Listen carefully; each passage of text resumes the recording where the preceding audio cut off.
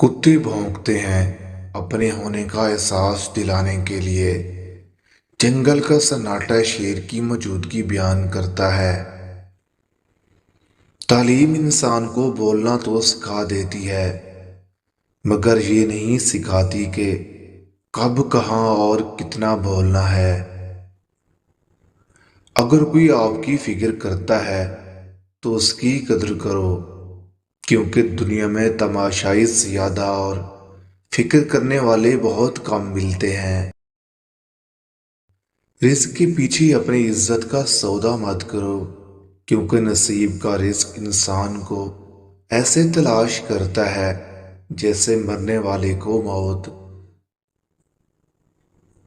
گندم کے دانے کا دو حصوں میں تقسیم ہونا ہمیں یہ سبق دیتا ہے، جو رزق تمہارے رب نے تمہارے پاس پہنچا دیا ہے اس میں سے دوسروں کا حصہ بھی ہے۔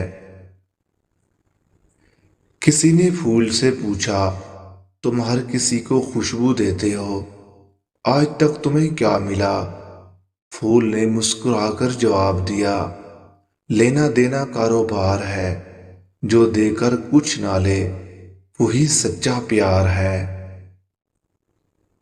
جب اولاد دنیا کی دولت سے امیر بن جائے تو ماں باپ ڈر ڈر کے بات کرتے ہیں کہیں اولاد ناراض نہ ہو جائے، لیکن جب اولاد ایمان کی دولت سے امیر بن جائے تو وہ ڈر ڈر کے بات کرتے ہیں کہ کہیں ماں باپ ناراض نہ ہو جائیں۔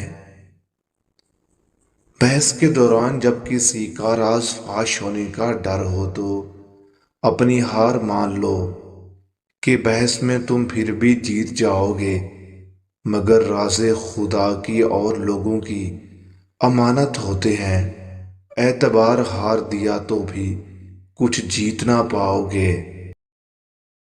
زندگی میں کبھی بھی اپنے ہنر پر غرور مت کرنا، کیونکہ پھر جب بھی پانی میں گرتا ہے تو اپنے ہی وزن سے ڈوب جاتا ہے۔ عورت پر تمام لوگوں میں سے کس کا حق زیادہ ہے؟ تو رسول اللہ صلی اللہ علیہ وسلم نے فرمایا، عورت پر سب سے زیادہ حق اس کے شوہر کا ہے۔ مرد پر سب سے زیادہ حق کس کا ہے؟ تو رسول اللہ صلی اللہ علیہ وسلم نے فرمایا، مرد پر سب سے زیادہ حق اس کی ماں کا ہے۔ زندگی میں مشکل وقت نہ آئے تو اپنوں میں چھپے ہوئے غیر اور غیروں میں چھپے ہوئے اپنے کیسے نظر آتے ہیں۔